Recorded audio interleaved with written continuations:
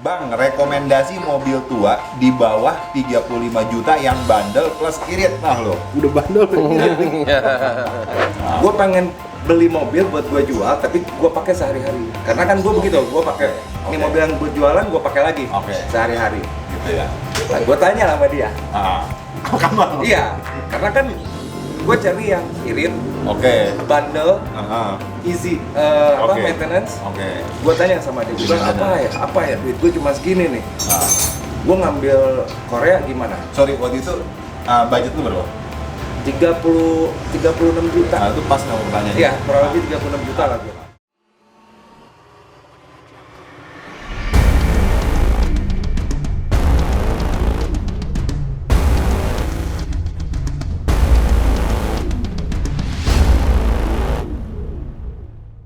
Assalamualaikum warahmatullahi wabarakatuh. Balik lagi dengan gue Denny Kustaman di channel gue Denkus Channel. Di ngobrol otomotif kali ini, gue sekarang lagi-lagi ada di bengkel Kafka. Cuman yang spesial hari ini, gue antusias banget nih. Jadi alhamdulillahnya kakak adik kumpul nih. Jadi teman-teman yang biasa nonton channel gue nunggu-nunggu Bang Kamal. Nah, ini gue sudah hadir di samping kiri gue ada Bang Helmi. Bang Helmi ini adalah kakaknya Bang Kamal nih. Dan kebetulan Bang Helmi juga dia aktif di dunia otomotif. Kalau dia bukan bengkel tapi jual beli mobil nih. Dan mobilnya mobil second di bawah 100 juta. Tapi untuk lebih jelasnya takutnya gue salah nih ya. Nanti kita banyak ngobrol juga rekomendasi tentang mobil second dan lain-lain. Itu kita bisa ngobrol-ngobrol seputar otomotif lah intinya. Nah, ruang komunikasi otomotif kita ketemu lagi di channel di konten kali ini di channel Denkus Channel. Sebelumnya kita sapa dulu ya Om Kamal, gimana kabarnya Om? Alhamdulillah sehat. Om Helmi. Alhamdulillah. Sehat ya. Thank you nih Om Helmi udah mau datang pagi-pagi. Jadi teman-teman, gua sengaja bikin konten pagi-pagi dari jam berapa? Setengah 8 jam 8-an ya. Di bengkel Kafka. Nah ini seperti biasa kita akan bacakan ini ya pertanyaan-pertanyaan dari teman-teman dari video-video sebelumnya, khususnya yang penjelasan dari Bang Kamal nih. Om, ini gue mau langsung kita bacain aja ya. Boleh. Pertanyaan-pertanyaan dari teman-teman. Nah ini pertama dari Raja Sulap. Dia nggak tahu pertanyaan, nggak tahu komentar nih. Request overheat di mobil jadul Om, misalnya Mazda Vantren atau Mazda MR. Maksudnya request overheat di mobil jadul. Maksudnya penyebabnya kali ya. Penyebab mungkin kali ya. Penyebab. Mazda Vantren atau Mazda MR nih. Biasanya sih kalau buat mobil jadul radiator faktor utama. Gitu ya. Biasanya kan nggak terlalu diperhatiin tuh radiatornya. Takutnya kondisi si radiator ini udah mampet. Jadi kalau misalnya mobil sering overheat, terutama mobil jadul, yang paling pertama diperhatiin radiatornya dulu. Karena kalau kipas untuk di Mazda MR sama Vantren, dia kan kipas mati yang dari mesin. Jadi otomatis anginnya pasti bagus.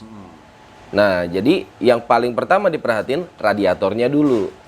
Dan rata-rata kalau mobil usia MR sama Vantren pasti rata-rata termostatnya udah nggak dipakai kan, udah di loss. Jadi radiatornya aja dulu. Kalau dilihat mata gitu doang kan nggak akurat. Mending bawa ke tukang radiator, dibuka kapnya, itu pasti langsung kelihatan.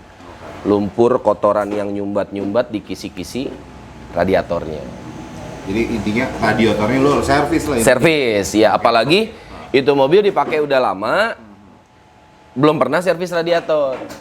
Kadang kan orang nggak perhatian ke masalah radiator itu. Iya. Kalau masalah airnya katanya ada yang bilang coolant lebih dingin. Kalau menurut gue sama aja. Yang penting kondisi si radiatornya itu bagus. Gitu. Oke. Nah itu dari pertanyaan dari Raja Sulap udah dijawab sama Bang Kamal. Jangan lupa tonton terus Showback di Denkus Channel.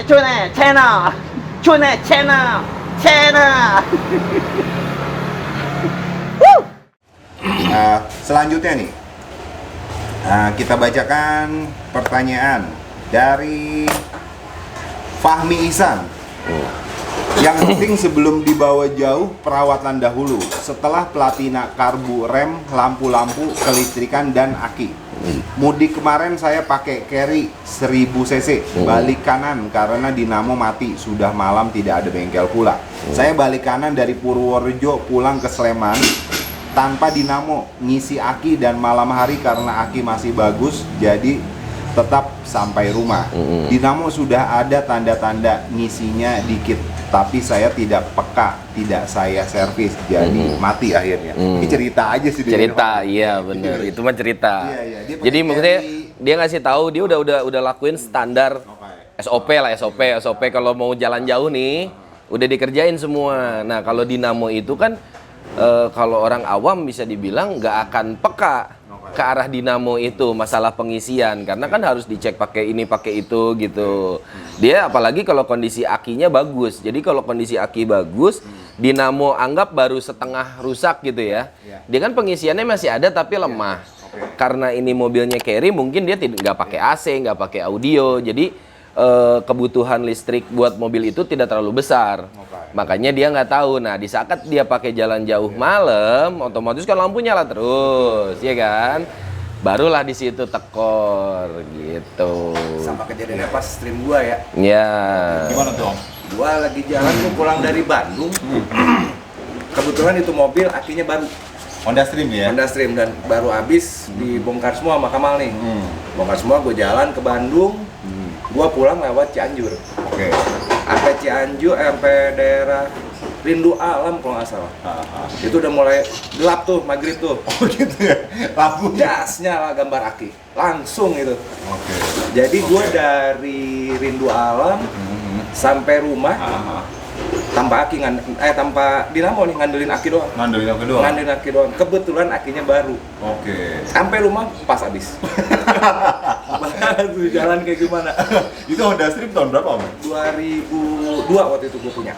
Matic lagi. Matic ya? Matic. Kan kalau manual masih bisa kita netral gitu kan. Matic kan mau nggak mau kan kita gede terus. Iya, di Ya gue paksain, gue telepon ke Kamal, gue bilang, gimana nih? Aki lu masih oke nggak? Oke kan baru, udah lo hajar aja dulu deh. Iya karena nggak bisa, nggak Pakai audio. ada solusi kalau kayak gitu. Iya. Paling kalau resiko kalau jalan malam ya nggak bisa nyala lampu. Lampu, AC, pokoknya apapun yang berhubungan dengan strom mati, harus mati. Oke. Nah, tadi komentar dari Fahmi Ihsan sudah dikomentari sama Bang Kamal dan Bang Helmi. Nah, selanjutnya teman-teman, nah ini sebelah kiri gua Bang Helmi ini kakaknya Bang Kamal nih ya. Iya. Nah, ya. Boleh dijelasin nggak, Om Helmi? Jadi Om Helmi ini apa namanya? Yang gua tahu kan jual beli mobil. Ya, Nah itu lo kan yang gua dengar katanya gua khusus nih jual beli mobilnya di bawah 100 juta. Iya. Nah itu kenapa tuh? Satu, Ya. karena gua kan nggak kerja sama sama leasing ya. Oh gitu. Gua nggak kerja sama sama leasing, jadi kalau untuk di bawah 100 juta itu tuh orang masih bisa rada cash-nya tuh lebih besar. Oke. Jadi kalau udah di atas 100 ada sih beberapa yang cash juga.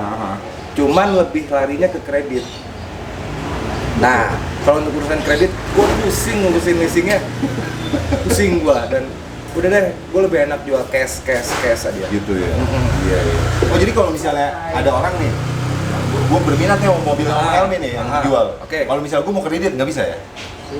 Ya ke guanya cash aja, terserah mau kredit atau oke. gimana. Iya. Itu pokoknya ke gua cash aja. Gitu ya. Karena kan Iya. kalau yang ada di pikiran gua nih ya, Iya. orang mau kredit itu kan satu aplikasi harus lengkap. Betul. Di saat dia kasih DP sama gue, terus aplikasi ini kurang lagi, ini kurang itu kan gue buang waktunya banyak. Oke. Gitu. Jadi kalau misalnya cash tuh lebih tek sekarang beres. Udah aja. Iya.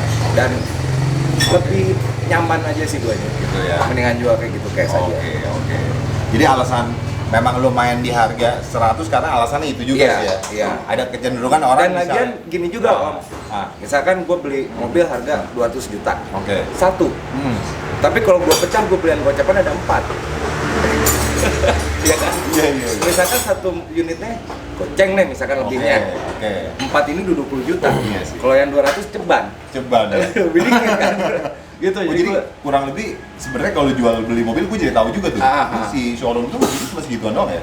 Banyak sampai 20 30 untuk gitu. sekarang sudah nggak bisa ya. Oh gitu. Udah nggak bisa, kecuali mungkin mobil-mobil harga 400 juta. Itu mungkin sih ya, masih ada kemungkinan karena kan uang matinya juga besar. Iya, iya. Ya kan kalau misalnya mobil yang cuma harga gocap 70 juta paling goceng ngambil.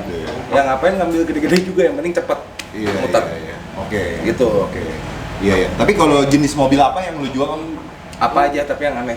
yang aneh? Yang aneh. Nah, ini unik nih. Maksudnya Jadi, aneh gimana nih? Gue sering sharing sama adik gue. Ah. Gue sering ngobrol. Ada lah beberapa mobil yang ibaratnya lu cek toko sebelah tuh ada lagi. Cek toko sebelah ada lagi. Iya, iya. Nah, Benar. jadi buat guanya tuh malah jadi aneh gitu. Tapi kalau misalnya mobil aneh yang gue punya satu ini, lu mau cek kemana-mana nggak ada, cuman adik gue. Salah satunya contohnya. Misalkan kayak Avega gitu kan orang nggak banyak makan. Jarang ya. Ya, gua makan. Terus kayak mobil-mobil begini aja nih kayak Chevrolet ini nih orang mungkin nggak makan, gua makan. Oke. Jadi di saat orang mau cari nih mobil, ya gua yang punya.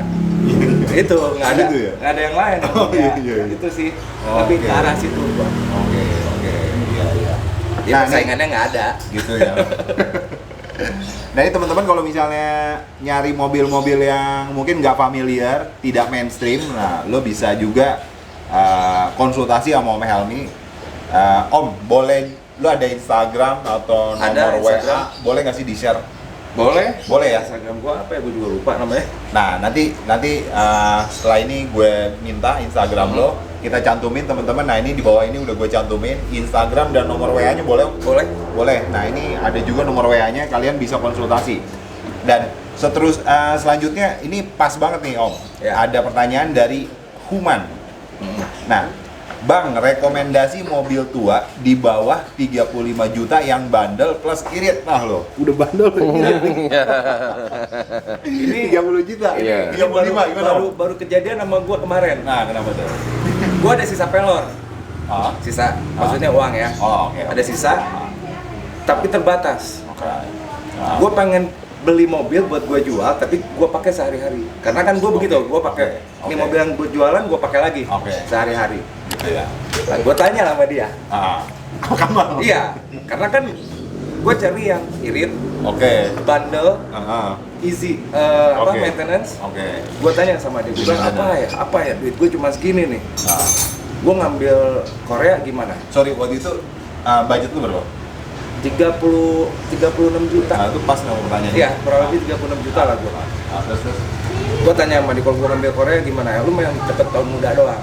Oke. Tapi kan lu pernah punya tuh, gimana? Oke. Oh iya ya. Apa ya? Lu ambil aja All New Corolla. All New Corolla. Lu ambil aja All New Corolla. Lu cari yang gua punya sekarang tahun 97. 97. Iya, yang gua punya sekarang tahun 97. Gua coba nego itu orang tadinya bukanya hampir 45 juta. Nah, Iya. dengan budget gua nih kurang, Oke. ya kan? Ya. Terus gua coba nego Iya, lagi, iya, ya iya. alhamdulillah itu mobil dapet sama gua.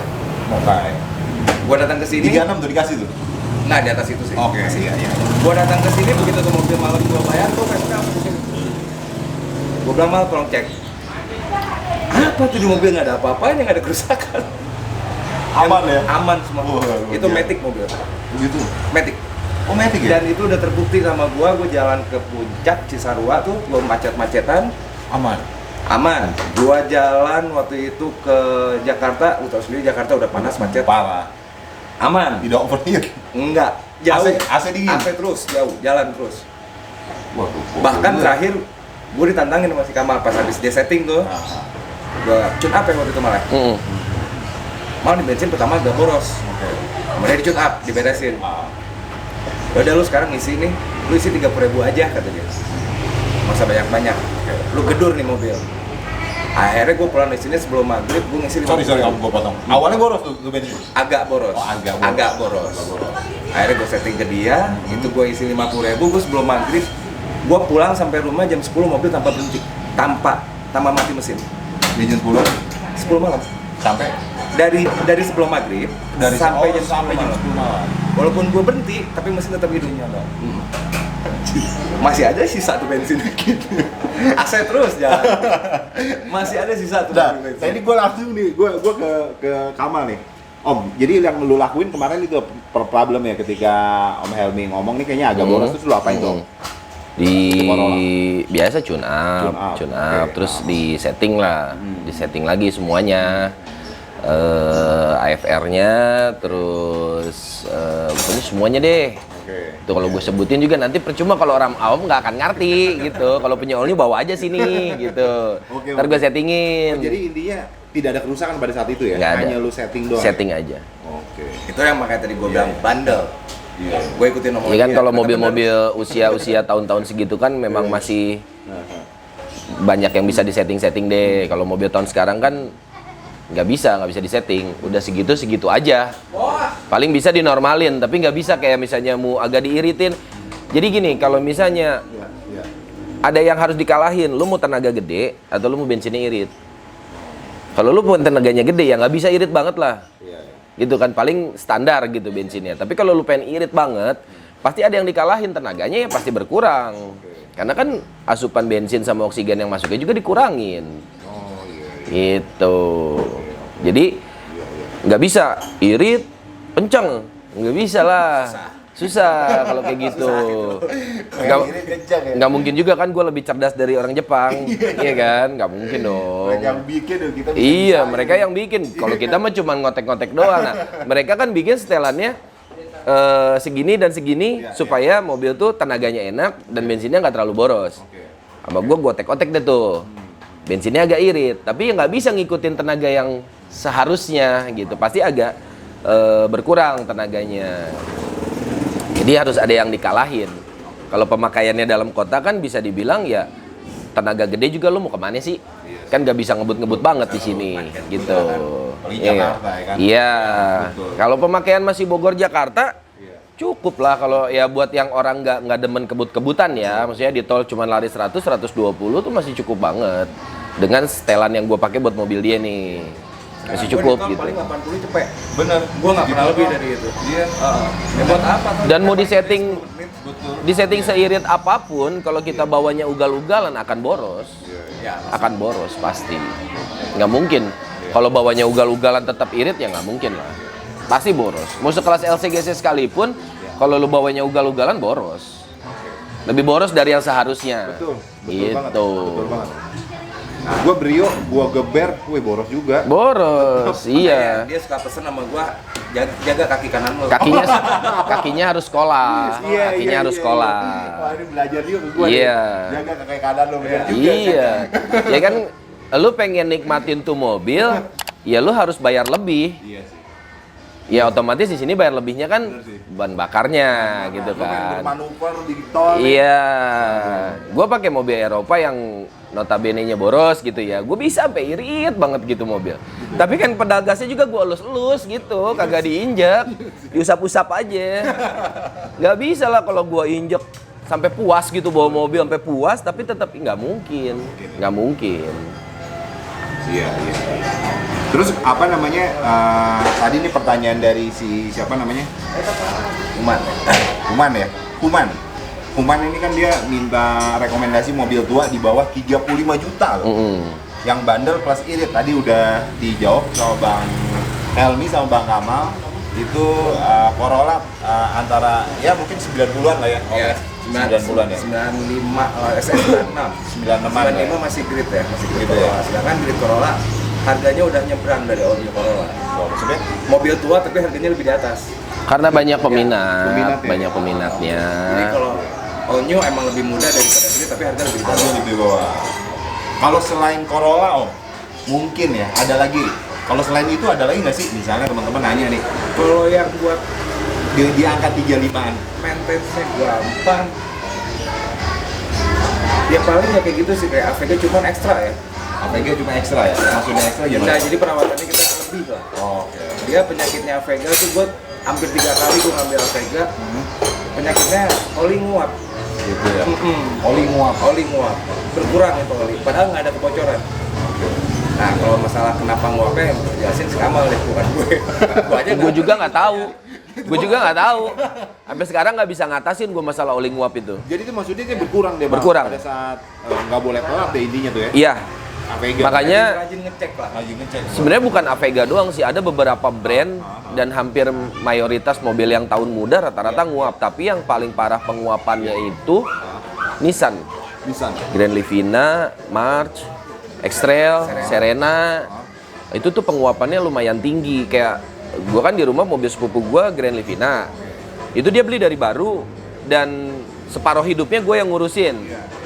Gue juga sampai sekarang belum tahu alasannya kenapa ya. Nah, mobil-mobil yang gue periksa di saat ganti oli turunnya kayak X-Trail harusnya 3,8, anggap 4 liter lah olinya. Tapi pas gue turunin tuh kadang hilang 1 liter, kadang 1 liter setengah, 1 liter. Kadang 1 liter setengah hilangnya. Itu pemakaian Itu biasanya 5.000-an. kalau 5.000 dia nggak tambah, itu segitu hilangnya. Tapi kalau yang emang udah biasa miara Nissan, kan kalau kayak Grand Livina kan ngisi 3,5. 1 galon ada sisa setengah liter kan. Nah, gue kalau untuk mobil-mobil kayak gitu selalu bilangin sama ownernya, nih bawa. Nanti setelah kilometer 3.000, udah berjalan 3.000, lu nggak usah cek, lu langsung tambahin aja, udah pasti berkurang. Gue bilang nggak mungkin enggak. Jangan lupa tonton terus Showback di Denkush Channel